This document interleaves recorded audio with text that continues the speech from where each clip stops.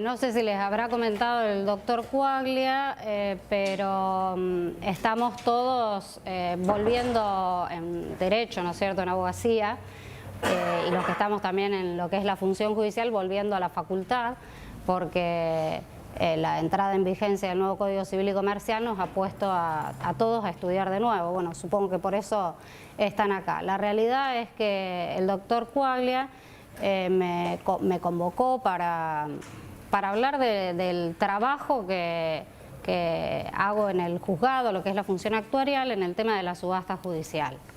Así que, bueno, yo traté de darle un enfoque que cualquier duda o inquietud o pregunta que quieran hacer, me interrumpen y en la medida de lo posible, si se les puede evacuar, lo haré. Pero bueno, está enfocado en lo que es la función actuarial y de cómo trabajamos con lo que es el tema de la subasta judicial. La subasta judicial tiene una regulación tanto civil, o sea, y comercial, que es en la legislación de fondo, como procesal.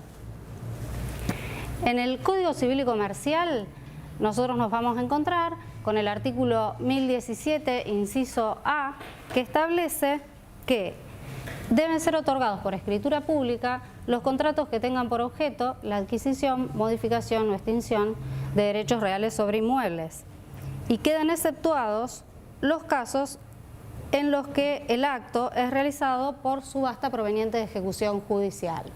Es decir, que conforme con la inteligencia de este artículo 1017, por subasta pública se entiende la que es realizada por orden judicial. A la vez, la subasta judicial está contemplada o constituye uno de los supuestos incluidos en el Código Civil y Comercial como venta forzosa dentro del capítulo de la compraventa. El doctor Cuaglia le estuvo hablando de compraventa recién. Bueno, entonces está incluida como venta forzosa dentro del capítulo de la compraventa. El artículo 1128 es aquel que refiere que nadie está obligado a vender excepto que se encuentre sometido a la necesidad jurídica de hacerlo. A partir de aquí se plantean cuestiones sobre la naturaleza jurídica o debates, si la subasta judicial se considera una compraventa o se le aplican las normas de la compraventa, pero la doctrina más moderna, de carácter procesal y publicista, entiende que la subasta es un fenómeno jurídico complejo en el que confluyen intereses públicos y privados, relaciones personales y sustanciales, y en el que vende es el órgano público a nombre propio en ejercicio de funciones jurisdiccionales y no el ejecutante ni el ejecutado. Este concepto nos ubica entonces dentro de lo que es una venta forzosa por oposición a la liquidación judicial, que puede llegar a presentarse dentro de otros juicios como son la partición de condominio o el juicio de división de condominio y la partición de herencia, donde no tenemos una venta forzosa porque no se tiende a la liquidación coactiva del bien, sino a cumplir la voluntad de las partes, porque al menos todas las partes o alguna de ellas están de acuerdo en que se realice la venta para la división. Pasamos ahora a la regulación de forma, o sea, lo que es el régimen jurídico procesal de la subasta. Y nos vamos a ubicar dentro del Código Procesal Civil y Comercial de la provincia de Santa Fe. La subasta está regulada en el libro tercero, que refiere a los procesos en particular, el capítulo segundo, que refiere al proceso ejecutivo. El proceso ejecutivo, yo no sé qué manejo tienen ustedes los procesos, pero un poco para llegar al punto, entendía que tenía que hacer un enter dentro de lo que es el tema de los procesos. Es decir, ¿por qué? Porque procesalmente la subasta está regulada dentro de el capítulo del proceso ejecutivo. El proceso ejecutivo es aquel que tiende a lograr la ejecución coactiva de un derecho que se encuentra instrumentado en un título al cual la ley le confiere fuerza ejecutiva, como un cheque, un pagaré, un saldo deudor de cuenta corriente bancaria. Y la subasta está regulada dentro de este libro tercero, capítulo segundo, en el título quinto, en la etapa correspondiente al cumplimiento de la sentencia de remate. El proceso ejecutivo lo podemos dividir en 4 etapas. Una que es preparatoria, cuando hay un instrumento privado que necesita ser reconocido judicialmente para conferirle carácter ejecutivo. Otra etapa cautelar, que está dada por la demanda, el embargo y la citación al deudor. Otra etapa contenciosa, donde puede darse la oposición de excepciones por parte del deudor o del demandado, la contestación de esas excepciones, la prueba, los alegatos, la sentencia, y luego sale, es decir, en el caso de ser favorable al actor, la sentencia va a mandar llevar adelante la ejecución. Y ese mandar llevar adelante la ejecución nos posiciona dentro de lo que es este título quinto de la etapa del cumplimiento de la sentencia de remate, donde está toda la regulación de la subasta judicial. Acá vienen todos los artículos de regulación de la subasta judicial. A partir del artículo 486 y siguientes del Código Procesal Civil y Comercial de la provincia de Santa Fe. Esta etapa lo que tiende es hacer o efectivizar un pronunciamiento judicial incumplido mediante la realización coactiva, forzosa, de un bien del deudor, y se produce así la transformación de ese bien ejecutado en una suma de dinero con la cual se va a solventar el crédito del acreedor ejecutante o del actor. Dentro de los procesos ejecutivos encontramos también una ejecución especial, que es la ejecución hipotecaria, o sea que un poco está encuadrada dentro de lo que son los procesos ejecutivos, sigue su suerte, tiene sus características. Porque constituye un procedimiento especial creado para responder a una clase de título que requiere una rápida satisfacción. Es la escritura pública que acredite una obligación exigible y líquida garantida con hipoteca. Acá el remate se efectúa en la ejecución hipotecaria conforme con las normas del juicio ejecutivo, que es donde ubicamos, ¿no es cierto?, la regulación de la subasta, que les acababa de decir. Ahora bien, al final, porque acá, bueno, sigue con división de cosas, la división de condominio y la partición de herencia, y luego se pregunta ejecución forzosa versus liquidación judicial. Hasta ahora nosotros estamos ubicados dentro de lo que son supuestos de ejecución forzosa, ¿sí?, en los procesos ejecutivos, ejecuciones singulares, como el proceso ejecutivo en sí, o especiales como la ejecución hipotecaria que les estaba mencionando. Acá la venta es forzosa porque la misma se decreta y opera por mandato del juez con prescindencia de la voluntad o el consentimiento del dueño de la cosa, y aún más en contra puede ser de la voluntad expresa o tácita del mismo. Así, en estos casos la subasta aparece como un medio de hacer efectiva la condena que está impuesta, de liquidar los bienes de propiedad del deudor para satisfacer el crédito del acreedor, y una vez que el deudor no cumple con la condena, queda expedita la subasta sobre los bienes embargados para que el acreedor ejecutante pueda satisfacer su crédito. Por ello, cuando la venta es decretada en un proceso por el juez de la causa que no tiende a la ejecución forzada, sino al cumplimiento de la voluntad de las partes, como les decía antes, en el otro supuesto serían los juicios estos de división de cosas comunes o partición de herencia, que ahora vamos a ver cuál es el régimen procesal. Acá no estamos ante una venta forzosa, porque si bien se acude o se establece procesalmente la subasta judicial como medio de liquidar el condominio o de dividir la herencia, no es una venta coactiva, o sea, no tiene ni la naturaleza, ni los caracteres, ni los efectos de la venta judicial forzosa. Para esto les aclaro que la división de cosas comunes no es un proceso ejecutivo, la división de condominio no es un proceso ejecutivo, es un proceso de conocimiento, que es otra de las clases de procesos que existen.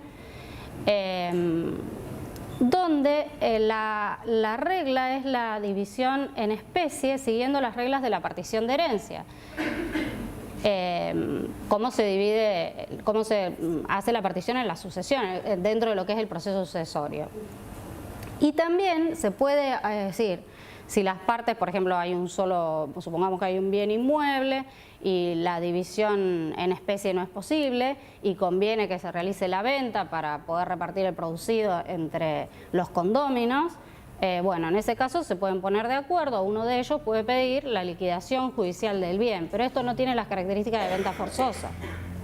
O sea que aquí también en este juicio de división de condominio se puede llegar a realizar una subasta, pero no tiene las características que reviste en el proceso ejecutivo, sino que se utiliza el procedimiento, pero no tiene la misma naturaleza, característica y efectos. Lo mismo pasa en la partición de herencia, que es el juicio sucesorio, el proceso sucesorio, donde va a llegar una etapa donde es necesario partir y adjudicar los bienes a los herederos para que ellos ya tengan el derecho real consolidado sobre bienes individuales y no sobre la comunidad, que están en un condominio en realidad también, en comunidad. Entonces, en este caso también en la partición de herencia estamos ahora en un proceso universal, de tipo universal, o sea que ya les di 3 tipos distintos de proceso: el ejecutivo, el de conocimiento, que es la división de cosas comunes, que es de trámite, la división de condominios de trámite sumario, y el proceso universal, que es la partición de herencia. Acá también la división es en especie, pero puede llegar a realizarse la subasta judicial como modo de liquidar algún bien que conformaba el acervo sucesorio del patrimonio del causante. Entonces, el procedimiento para la subasta judicial va a variar según la naturaleza del bien. Es decir, si son cosas o valores, créditos, acciones, fondos públicos, esto lo voy a pasar porque... títulos, acciones o bienes cotizados, derechos y acciones litigiosos del heredero cónyuge supérstite, un bien prendado o hipotecado y bien inmueble. Nosotros nos vamos a concentrar dentro de lo que es el bien inmueble. Lo primero que vamos a tener es la designación dentro del procedimiento para llevar adelante la subasta, es la designación del martillero. La venta se encomienda entonces a un martillero público que en la subasta judicial actúa como por delegación del juez. Es como si el mismo juez realizara la subasta. No es mandatario de las partes ni actúa en representación de ellas. No vende ni por orden ni cuenta del ejecutado, ni le debe rendir cuentas, sino que simplemente es un auxiliar de la justicia. Se inscribe en las listas que lleva la Cámara de Apelación, que lo va a designar por sorteo en los procesos concernientes a concurso, juicios en rebeldía, sucesión vacante y los oficios ley cuando el profesional autorizado para su diligenciamiento no tiene facultades para designar martillero. También puede ser por acuerdo de partes o puede ser propuesto por una de las partes en los casos en que no debe ser necesariamente por sorteo, que citamos antes, y en ese caso se corre traslado a la otra parte y al colegio de martilleros porque debe verificarse la habilitación del mismo. El martillero se va a presentar con un acta ante el actuario para aceptar el cargo. Y lo va a hacer dentro del término de 5 días de notificado, acreditando la habilitación del Colegio de Martilleros, las reposiciones de ley y en ese caso ya una vez que haya aceptado el cargo se lo tiene por designado y va a empezar a realizar los actos preparatorios de la subasta. En este caso lo primero que puede llegar a pedir es un adelanto de gastos, que puede ser que le pida al juez que se intime al actor para que los consigne judicialmente, bajo apercibimiento de que se paralice el procedimiento, o si no, decidir afrontarlos de su peculio y después lo descontará del precio de venta que se adquiera en la subasta. Y los gastos de subasta gozan del privilegio de los gastos de justicia en cuanto a lo que implica la publicidad mínima exigida legalmente. Una vez que entonces tenemos martillero designado, él mismo va a comenzar a realizar una serie de actos preparatorios de la subasta que consisten en pedidos, básicamente pedidos de informe. Informes sobre situación jurídica del inmueble, que son los informes C, sobre situación jurídica del inmueble, gravámenes, que son hipotecas, servidumbres, bueno, embargos, inhibiciones. Va a pedir informes sobre el estado de deuda que tiene el inmueble, que ahora lo vamos a desmenuzar.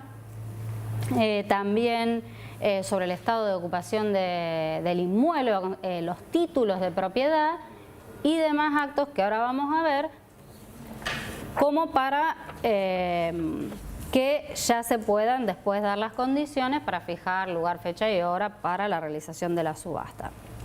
El tribunal lo que va a hacer es sacar un decreto, que no sé, lo teníamos dentro del PowerPoint, pero capaz que aparezca después, donde va a dar medidas ordenatorias en base a toda esta preparación que se va a realizar para proceder a la constatación del inmueble, agregar los títulos de propiedad, el tema de oficiar al registro de procesos universales, en el caso de que haya embargos o inhibiciones de fecha anterior, a los jueces.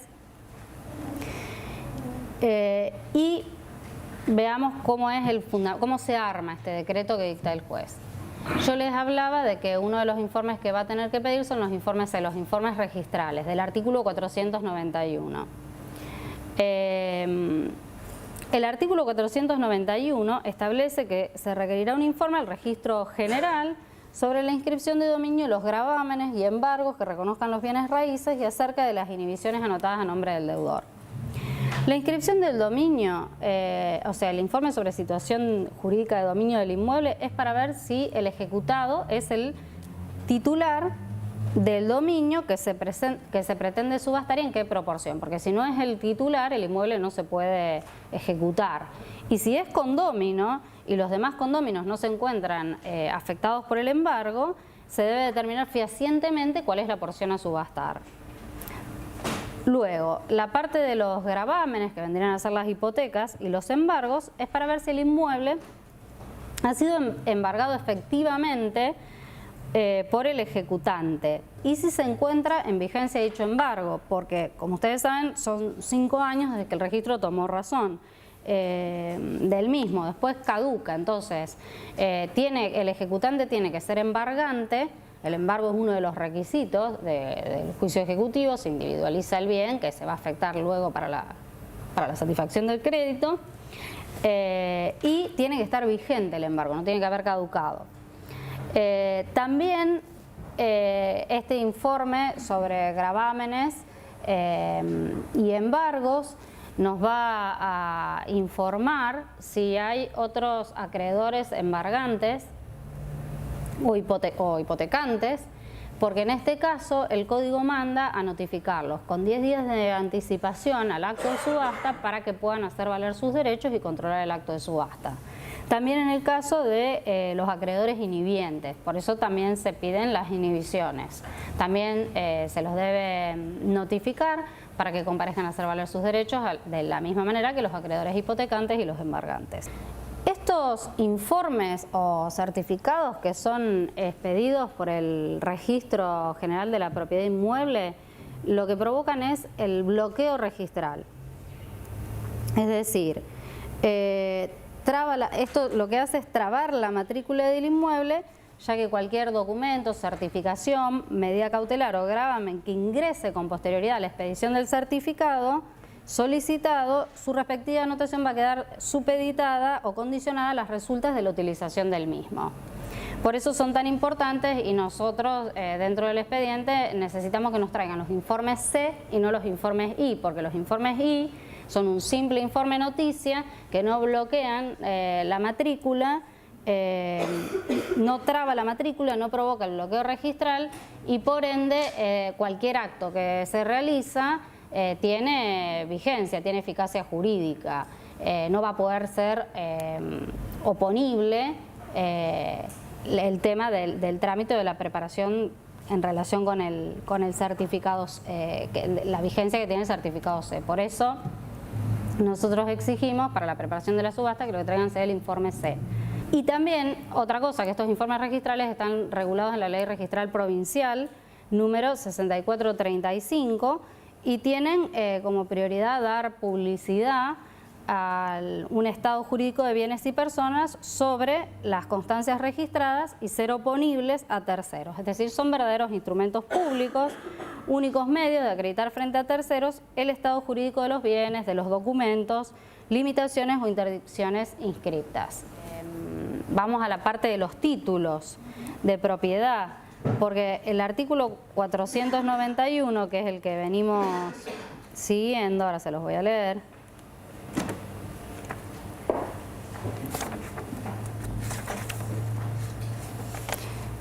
Entonces, dice el artículo 491, se requerirá también, estamos ubicados, como le digo, dentro de la sección quinta, del cumplimiento de la sentencia de remate, o sea, acá es toda la parte del remate, de la subasta. Se requerirá también un informe del Registro General sobre la inscripción de dominio y los gravámenes y embargos que reconozcan los bienes raíces y acerca de las inhibiciones anotadas a nombre del deudor.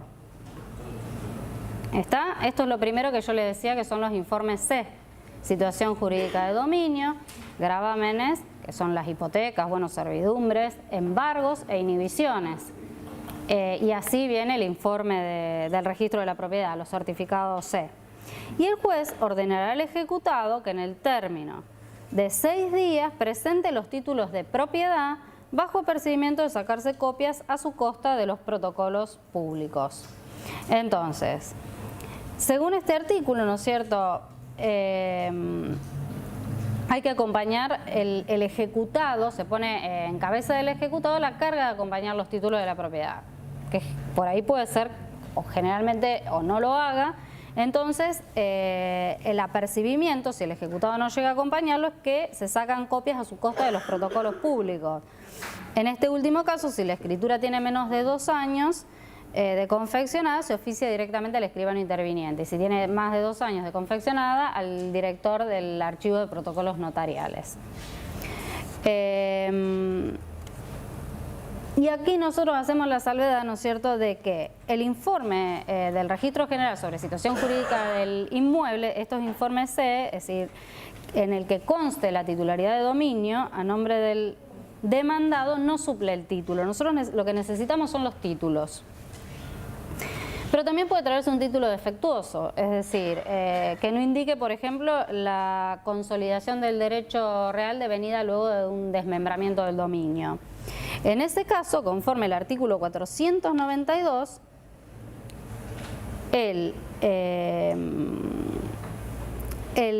ejecutante, ahora es carga del ejecutante, el ejecutado debía acompañar, el ejecutante debe practicar las diligencias necesarias para que se subsanen los defectos que puedan contener los títulos. Dice el artículo 492, obtenidos dichos informes y practicadas las diligencias que el ejecutante podrá solicitar para subsanar los defectos de que adolecieron los títulos, se procederá a la venta del inmueble en remate público. Entonces, si se obtienen los títulos, o sea que podría ser que no se obtengan, pero en ese caso nosotros no estaríamos habilitados para rematar. Pero fíjense que ustedes me hablan del informe de catastro y incluso el código dice si se obtienen los títulos, o sea, podríamos no tener título. Pero bueno, nosotros de parte del juzgado los exigimos, pero el código dice si se obtienen, es decir, los títulos se agregan al expediente antes de proponerse la fecha de subasta. Ahora vamos a ver, este es el 494, primer párrafo, para que los posibles interesados en adquirir el inmueble puedan revisarlos durante los anuncios de remate. El 494, primer párrafo, dice que los títulos de propiedad, si fueren presentados, deberán permanecer de manifiesto en la oficina durante los anuncios de remate, si fueren presentados. Nosotros, desde el punto de vista del tribunal, como entendemos que el informe del registro de la propiedad en el que conste la titularidad a nombre del ejecutado no suple el título, los exigimos, pero el código dice si se presentaren, o sea que aún en defecto de título, incluso si no se hubieran subsanado los defectos del título, Después, como esto se puso de manifiesto, no va a poder plantear nada el adquirente en subasta sobre la falta de efecto de los títulos. Entonces, el tema es que imagínense que si por ahí estamos con defecto de título, no tenemos título y el que compra en las condiciones la parte del informe de catastro. Pero en realidad la mejor manera de preservar el derecho del adquirente, que lo que va a comprar, ¿no es cierto?, está en perfecto estado, sería teniendo los títulos, los informes C, el plano, bueno, el informe de catastro. Bueno, ese es otro tema. Ahí ya nos vamos a ir a otro de los pasos previos a la subasta, que es la parte de la constatación. Pero, bueno, no sé si esto responde a la pregunta, es lo que nosotros pedimos desde los juzgados, porque seguimos el Código Procesal. Y el Código Procesal nos dice que los títulos de propiedad si fueran presentados. Entonces, ¿qué pasa? Si se obtienen los títulos, se agregan al expediente para que el interesado los pueda revisar durante la publicación, mientras se publican los edictos de la subasta. Porque después del remate no se admite reclamación alguna, dice el artículo 494, por ausencia o falta de ello. Después otra cosa más, bueno, los títulos de propiedad ya lo vimos, pero antes de eso les iba a comentar sobre que también requerimos un informe del registro de procesos universales. Como yo les decía, dentro de la clasificación de los procesos, tenemos procesos universales que son la sucesión, el concurso y la quiebra. Estos procesos se informan en un registro que está en los tribunales, que es el registro de procesos universales, que cada vez que se inicia un proceso universal se informa la iniciación y los distintos, por ejemplo, no sé, sale en el juicio, proceso sucesorio, sale la declaratoria de herederos, se informa y se inscribe. Entonces, cuando uno va a iniciar un proceso universal, automáticamente el registro nos informa que ya hay otro iniciado, porque justamente esa es la característica del proceso universal, que no puede haber otro igual. Entonces, nosotros pedimos informe porque a lo mejor el ejecutado fue declarado en quiebra y por fuera de atracción yo tengo que remitir el juicio ejecutivo, o falleció y en ese caso tendría que remitirlo al juicio sucesorio. Si bien ahora con respecto al juicio sucesorio, con el nuevo Código Civil y Comercial, los jueces del Foro Civil y Comercial se están planteando sobre el tema de la atracción de las acciones personales contra el difunto, como la nueva redacción del Código en relación al tema del foro de atracción no dice expresamente o no contiene los incisos que contenía antes y no dice expresamente la atracción de las acciones personales contra el difunto, entienden que no se atraen más. Pero bueno, es de rigor que nosotros pedimos este informe para saber si el juicio que estamos tramitando no resultaría atraído por fuero de atracción de una sucesión o de un concurso o quiebra. Esta es otra de las cosas que pedimos. Los títulos de propiedad, como yo les decía antes, y acá veamos el tema de cuándo fue confeccionado el título para ver a quién se lo pedimos, si el escribano o el archivo de protocolos notariales, si es un título defectuoso que el ejecutante debe cubrir las diligencias para subsanar los defectos que puedan contener, la agregación a la causa para ser exhibidos durante el tiempo de la publicación de los edictos, y que todo esto hace que después ya no se puedan hacer reclamaciones por defectos o ausencia de los títulos. Otro de los informes que se van a pedir, y ya vamos a llegar al tema del estado de ocupación del inmueble, pero viene después, son los informes por deudas, que también los manda a pedir el Código. Es decir, el impuesto inmobiliario, lo que es impuesto inmobiliario, las pide el martillero, ¿no es cierto? Impuesto inmobiliario, tasas y contribuciones y otros servicios que los pide a la municipalidad, agua corriente, que puede ser agua provincial o la cooperativa de agua, las expensas, si se trata de un inmueble sometido a propiedad horizontal, y se le pide al administrador del consorcio. Otro de los recaudos previos Ya vimos entonces los informes CEL, registro de precios universales, los títulos, los informes por deudas, es la constatación. Para la constatación del inmueble que se realiza para determinar el estado de ocupación del mismo, quién y quiénes lo ocupan, en qué carácter y desde cuándo, y el estado general del inmueble, o sea, el destino del mismo, la distribución de los ambientes, la funcionalidad, las mejoras existentes al momento de la constatación. Acá es importante, esto se los comento porque es una realidad que vivimos en los tribunales y prácticamente no tenemos subastas de inmuebles y prácticamente no tenemos subastas. Esa es yo les estoy hablando de la subasta, pero les digo que si tengo 5 al año es mucho. Porque en el caso de inmuebles, por ejemplo, si por todas las nuevas leyes tuitivas de la minoridad, de la discapacidad o de la ancianidad, en cualquiera de estas situaciones es muy difícil poder desocupar el inmueble. Es decir, los procedimientos son con intervenciones del defensor, actualmente de la municipalidad para ver de proveer de vivienda, o sea, es muy complicado. Así que los mecanismos hoy en día por los cuales los acreedores se cobran la deuda es mediante el embargo de haberes.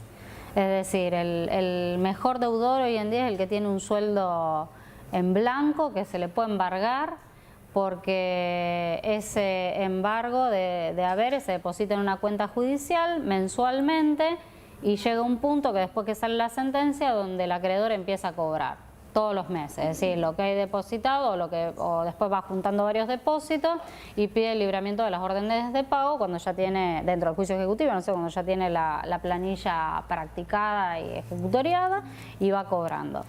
Ese es el mecanismo, esto off the record, no sé si les interesa, pero sí les cuento qué es lo que está pasando hoy en día en los tribunales, como así también que tenemos pocos procesos, otro de los procesos así ejecutivos por excelencia son las quiebras. Hubo un boom, un estallido de la quiebra y muchas empresas y bancos y clubes y establecimientos que cayeron en quiebra, pero eso fue hace 15 años atrás, donde incluso se decía que ameritaba la creación de un foro específico para los concursos y quiebras. Y actualmente dentro del juzgado del fuero sí tenemos, es decir, hay pocas quiebras. Hoy el juez rechazó una quiebra porque se utilizan como un procedimiento coactivo como un medio extorsivo para obtener el cobro de un crédito individual. Era una solicitud de quiebra por una deuda de 2.000 pesos que el juez la rechazó.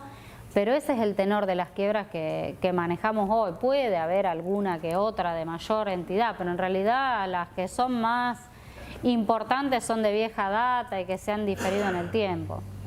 El movimiento que tenemos en relación con las quiebras será de 10 o 15 cargos por día, o sea, escritos presentados para las quiebras. De lo que es el movimiento es muy poco, serán 10 expedientes de quiebra moviéndose por día dentro del juzgado, en un volumen donde yo estoy firmando a lo mejor 100 expedientes por mañana, en lo que es la circulación. Y paradójicamente el mayor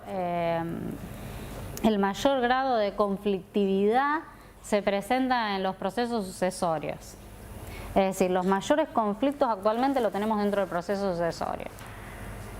¿Por qué? Ustedes se preguntarán por qué, porque además hasta la declaratoria de heredero es un trámite administrativo muy sencillo, así como yo les estoy contando ahora esto, pero aplíquenlo, hay que pedir algunos informes y directamente sale la declaratoria. Pero ¿cuál es el problema? Que el conflicto que existe en la sociedad en materia de familia se ha trasladado al proceso sucesorio. Entonces tenemos la familia que viene a pelear por la herencia con garras y uñas y se arman realmente problemas bastante difíciles de controlar. Entonces acá sí podemos llegar a tener subasta, porque llega un punto donde donde bueno, se liquida todo y la verdad que los herederos terminan en la pelea familiar perdiendo los bienes que le quedaron de la herencia, porque además es un juicio muy caro. Bueno, ustedes sabrán que están dedicados al tema inmuebles, lo caros que son los juicios sobre inmuebles. Y más en una sucesión donde está grabada con un montón de impuestos, la transmisión gratuita, es decir, y todo lo demás. Así que, bueno, esto off the record se lo comento porque es el panorama, el reporte tribunalicio de lo que pasa en el distrito. Y venía a cuento, ¿no es cierto?, de lo que le constaba de la constatación, ¿no es cierto?, que se libró un mandamiento a diligenciar por oficial de justicia, que es un funcionario público, que va a ir con el martillero, se va a constituir en el inmueble y va a ver, ¿no es cierto?, quiénes viven, desde cuándo, en base a qué título, las edades, y después, bueno, todo lo que es las condiciones del inmueble, la funcionalidad, los ambientes que tiene, etcétera, y hará una descripción pormenorizada y detallada que se la pide al juez porque él tiene que informar sobre lo que se encuentra cuando va a realizar la constatación. ¿Y qué se puede encontrar? Se puede encontrar que el inmueble esté ocupado por el ejecutado, o sea, por el titular de dominio. Este parece como el caso más sencillo porque una vez realizada la subasta, cuando el adquirente, luego de cumplidos los pasos, pretenda tomar posesión del mismo, lo requiere el juez lo va a intimar al que está ocupando para que lo desocupe dentro del plazo de 15 días o coapercimiento de lanzamiento. Pero vamos a pero es decir, a veces nos encontramos con que quien vive en el inmueble es un anciano, enfermo, o sea, bueno, las situaciones ahí siempre son muy complejas, realmente para nosotros, sobre todo porque bueno, todas estas situaciones ahora tienen todo un régimen intuitivo que ya no es la ejecución como era en otras épocas, desde hace rato, ¿no es cierto? También se puede encontrar cuando el oficial de justicia va a constatar que hay inquilinos con un contrato vigente. En ese caso, esto se va a informar dentro de las condiciones de la subasta porque el que adquiere va a tener que respetar los términos del contrato. Así que es importante también que eso esté informado. O puede encontrarse con intrusos. En el caso de que haya intrusos, esta es la situación más complicada porque después el adquirente va a tener que iniciar un juicio de desalojo para poder tomar posesión material del inmueble.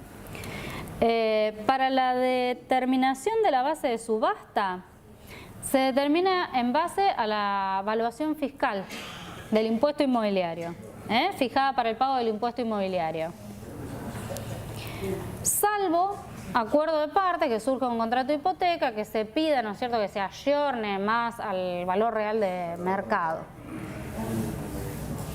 Después, si lo que se va a subastar es la parte indivisa de un inmueble, la base se fijará sobre la evaluación fiscal, pero en la proporción o la cuota comprometida en el juicio. Bueno, se ve que yo tenía otro PowerPoint donde estaban los decretos y los estuvimos pasando con el juez y tengo el decreto acá que sale porque era lo que explicaba lo que venía después. Pero bueno, más o menos se los voy a resumir, que sale un decreto que va a decir: téngase por designada fecha, hora, lugar y demás condiciones para la realización de la subasta ordenada en autos. El martillero actuante deberá informar en el acto de remate los informes actualizados de las deudas que el inmueble posee en concepto de tasas, impuestos, contribuciones, servicio de agua y cloaca, expensas y toda otra deuda fiscal relacionada al inmueble, debiendo dejarse constancia de ello en el acta de remate.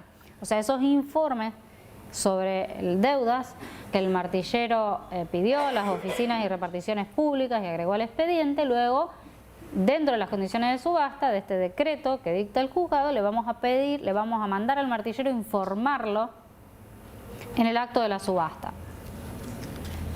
Y previo a la aprobación de la subasta deberá oficiarse al registro general con copia certificada del acta de subasta a fin de que se tome razón de la misma sin que esto implique transferencia a favor del adquirente. Esto es la anotación marginal de la subasta, que ya se le avisa al martillero y ya se le avisa al futuro adquirente que antes de que se le apruebe la subasta debe estar hecha esta comunicación al registro general de la propiedad. Después se los voy a explicar. Asimismo, dice el decreto, hágase saber a los interesados mediante la publicación de edictos correspondientes y en el acto de subasta que para el caso de que el precio a abonar en este acto supere el valor de 30.000 pesos, el pago no podrá realizarse en efectivo. Bueno, acá hay toda una serie, es toda una condición en cuanto al precio por disposiciones del Banco Central y control de la AFIP, que cuando no es la seña, sino que el 10% que se tiene que pagar en el acto de la subasta, porque después el saldo de precio se deposita por el adquirente una vez que la subasta es aprobada, pero ese 10% que según ley tiene que pagar, que algunos juzgados pueden exigir que sea mayor, si va a superar los 30.000 pesos, por disposiciones del Banco Central tienen que ir el pretenso adquirente y hacer un depósito en una cuenta judicial en el Banco Municipal y luego ir con ese recibo a hacer la oferta con la boleta de depósito, hacer la oferta en la subasta, o si no, mediante cheque certificado. Bueno, son a cargo del comprador, sigue diciendo el decreto. Acá estamos fijando, el tribunal en base a toda la normativa fija todas las condiciones de la subasta, lugar, fecha y hora, lo que va a tener que anunciar el martillero, el estado de deuda, cómo se va a poder pagar el 10%, la comisión del martillero. También fija que son, es decir, el tema de a cargo de quién, que yo les decía, van a estar los impuestos. En nuestro juzgado nosotros establecemos que son a cargo del comprador y no es igual en todos los juzgados, por eso lo digo en nuestro juzgado, porque cada juzgado tiene su librito. Entonces hay que estar atento a cómo son las condiciones que saque cada tribunal. Son a cargo del comprador si lo hubiere lo adeudado en concepto de impuestos, tasas, contribuciones, servicio de agua y cloaca, expensas, gastos y honorarios por reclamos judiciales y extrajudiciales, pago de liquidación de mejoras, gastos de escrituración y toda otra deuda fiscal relacionada al inmueble. Son también a cargo del comprador la regularización y o confección de planos y o medianería, si fuera necesario, toma de posesión, levantamiento de gravámenes, gastos sellados y honorarios correspondientes a la transferencia e IVA si correspondiera. Acá se lo estamos mandando a decir. En caso de todo esto se lee, es decir, el martillero antes de dar comienzo a la subasta, lo que hace es pararse y proceder a dar lectura del edicto. El edicto lo que hace es transcribir este decreto que yo les estoy leyendo. Este es el decreto que saca el juzgado del doctor Coaglia y mío. Es decir, si a ustedes les interesa, yo tengo otros decretos que salen de subasta que salen en otros juzgados que son completamente diferentes, que son muy diferentes. Entonces, estamos siempre dentro de lo mismo, pero por ejemplo, a cargo de quién se van a imponer los impuestos, si es el 10 o el 30, la compra en comisión, bueno, el tema de cómo se va a hacer cómo puede hacer la transferencia al adquirente. Ahora yo les sigo. Entonces, acá como ven, lo pone a cargo del comprador. Y pone a cargo del comprador la parte esta que a ustedes les interesa, regularización y confección de planos y medianería, bueno. En caso de cesión de los derechos y acciones de la subasta, la misma deberá realizarse por escritura pública. Antes se podía realizar por acta judicial la cesión de los derechos y acciones provenientes de la subasta. Antes de la toma de posesión, el adquirente de subasta podía ceder los derechos y acciones, venía el cedente y el cesionario con un instrumento privado, que era el acta de cesión, con el sellado pertinente del 1,2% sobre el monto de la operación, libre inhibición del cedente y si estaba casado de su cónyuge, y firmaban ante el actuario y con eso quedaba consolidada la cesión y después la toma de posesión se hacía a favor del cesionario y la transferencia también. Nosotros lo que ahora imponemos y lo que impone el nuevo Código Civil y Comercial es que sea por escritura pública. Tiene que ser hecho por escritura pública. El nuevo Código Civil y Comercial, perdón. Luego, para la compra en comisión. Solo se admitirá, decimos nosotros, la compra en comisión cuando se denunciare el nombre, domicilio y número de documento del comitente en el acta de remate. Algunos no aceptan la compra en comisión, o otros la aceptan sin tener que designar quién es el beneficiario. Nosotros aceptamos la compra en comisión, pero con estas características, que se tiene que denunciar el nombre, el domicilio y el número de documento del comitente en el acta de remate. Bueno. El inmueble sale a la venta en el estado de ocupación en que se encuentra. Acá vamos a el acta de constatación, que yo les decía antes, el estado de ocupación en que se encuentra, que está en el expediente. Por eso el expediente queda reservado en secretaría 5 días antes de la subasta para que pueda ser cotejado por los interesados y demás. El adquirente, este es otro punto que a ustedes les puede llegar a interesar, que el adquirente del inmueble subastado deberá acudir a escribano público para confeccionar la escritura pública que instrumentará la transferencia de dominio a su favor. Consecuentemente, se excluye en autos la opción prevista en el 505, segundo párrafo del Código Procesal Civil y Comercial. El 505 da 3 opciones al adquirente en subasta para lograr la inscripción de dominio a su favor, que es la escritura pública, la protocolización de las actuaciones judiciales, que se realiza también mediante escribano público, o derechamente la transferencia judicial que la hace el juez. La hace el juzgado y no tiene que acudir a ningún escribano, porque nosotros no necesitamos escribano acá porque el título son las actuaciones judiciales, es decir, surge del expediente, es el expediente. Entonces, en realidad el tema de la protocolización y de la escritura se hace por un tema de orden, de matricidad, de prolijidad, de transcripción para el caso de que se extravíe el expediente, por si... Es muy común que el adquirente en subasta, una vez que toma posesión, pasan 10 años y se olvidó de inscribirlo en el registro, y viene 10 años después, el expediente desapareció, no lo tenemos más. Entonces tiene que iniciar la reconstrucción. Si hace la protocolización, eso ya va a quedar documentado y le va a facilitar la cuestión. También por eso se puede llegar a hacer. Pero nosotros en Civil 14... como una cuestión de descomprimir trabajo, lo mandamos a hacer por escribano público. ¿Podría el adquirente venir a decirnos, no, mire, doctor, doctora, el código a mí me permite hacer la transferencia judicial que es menos costosa? ¿Por qué me manda a hacerlo por escribano público? Sí, podría venir a decirlo, pero hay un tema que ya vino tarde, porque el decreto ya salió, el edicto ya se publicó y nada dijo en su oportunidad. Entonces, de esa manera... En realidad nunca tuvimos ningún planteo sobre la cuestión, van al escribano, punto, se terminó. El expediente tiene que quedar reservado en el juzgado 5 días antes de la subasta a los fines, ¿no es cierto?, de la revisión, de los títulos, bueno, y de todo lo demás que acabamos de decir, y permanece en secretaría. Se notifica por cédula el decreto al titular de dominio, se oficia a la Asociación de Martilleros haciendo conocer la fecha en que se va a realizar la subasta. Y después sale la publicación edictal, o sea, se publican edictos 3 veces en 5 días en el boletín oficial. En cuanto al lugar de realización de la subasta, es el lugar donde se encuentran los bienes. O sea que para realizarlo en un lugar distinto donde se encuentran los bienes se requiere un auto fundado del juez, esto también está en el artículo 493.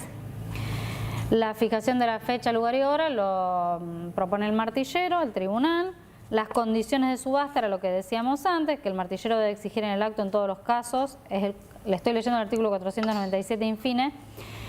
So pena de responder personalmente por él el 10% del precio y a falta de esa entrega continuará el remate partiéndose de la penúltima postura.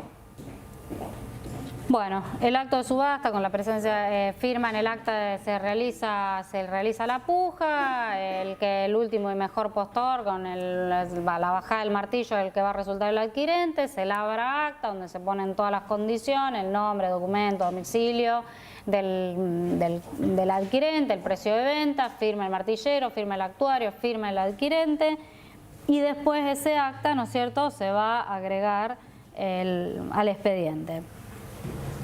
El acta de subasta acá, a ver, el acta de subasta entonces es un instrumento público levantado por el secretario con su intervención en todos los actos en que actúa para acreditar hechos, declaraciones o acuerdos relativos a los mismos.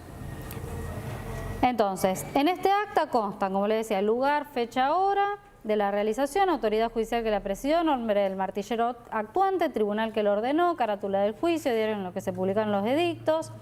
Si se trata de un bien inmueble, se hace constar la descripción del mismo, nota de dominio, precio obtenido, dato de identidad del comprador y el domicilio que constituya.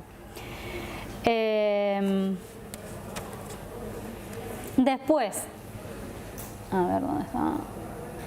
Después de realizada la subasta, el martillero lo que va a hacer es la rendición de cuentas, conforme a lo que les decía antes, y previo a la aprobación de la subasta, se va a requerir la anotación marginal de la misma. Entonces, una vez que está verificada la subasta, se ponen los autos de manifiesto por 4 días, dice el 498, para que sean examinados por los interesados. Acá otra pregunta que me hacían antes: no se admiten más impugnaciones que las relativas al remate. O sea, si hubo algún acto de violencia o se ejerció alguna intimidación sobre los oferentes que puede haber impedido la libre puja, eso es lo que se puede llegar a cuestionar, porque todo lo anterior se rige por lo que les decía. Si fueron deducidos por el comprador, no puede formular impugnaciones sin depositar el saldo el importe del precio, con lo cual no se efectuará pago alguno mientras pendiere la reclamación. Vencido el término sin impugnaciones o sustanciadas las que se formularan, el juez dictará el auto que corresponda sobre el mérito del remate. Bueno, entonces la subasta acá se aprueba por auto y se intima al adquirente para que dentro del término de 5 días deposite el saldo de precio. Acuérdense que una parte, el 10 o el 30, o sea, lo que se fijó dentro de las condiciones, ya se había adelantado en el acto de la subasta. Aquí se perfecciona la subasta como título válido de adquisición.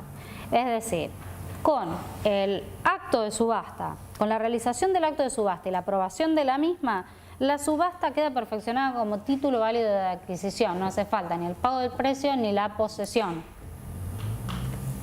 del bien rematado. Esto de ninguna manera supone la adquisición de dominio en cabeza del adquirente o sobre el bien subastado, a cuyos efectos es necesario contar con el modo. Es decir, estamos dentro del título. El acto de remate más la aprobación de la subasta es el título de adquisición. Y el modo va a estar dado por el pago del precio y la posesión. Algunos autores opinan que para el perfeccionamiento del acta de subasta en realidad hace falta todos estos pasos. O sea, el acto de remate, la aprobación y la toma de posesión.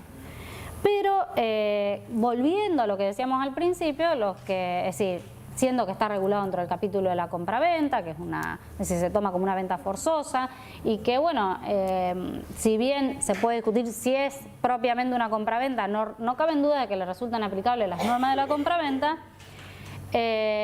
otros autores entienden que negar que el acto de subasta más la aprobación es el título válido de adquisición es como pretender que para que se perfeccione la compraventa es necesario la entrega de la cosa y el pago del precio. Es decir, el contrato de compraventa es aquel en que una parte se obliga a pagar un precio y el otro entregar una cosa determinada. Es decir, independientemente de que después la cosa se entregue o el precio se pague. Acá ocurre lo mismo, es decir, con el acto de la subasta y la aprobación tenemos ahí el título válido de adquisición. No significa que se adquirió dominio en cabeza del adquirente, porque para esto hace falta el modo. Y el modo es lo que sobreviene con el pago del precio, que es a lo que se intima en el mismo acto de aprobación de la subasta, más la posesión. Entonces, por eso tenemos que distinguir el perfeccionamiento de la subasta como título válido de adquisición del perfeccionamiento del derecho real de dominio en cabeza del adquirente, que se logra con la posesión. Y después el tema de la inscripción viene como un tema de oponibilidad, porque en realidad el dominio ya queda adquirido con la posesión.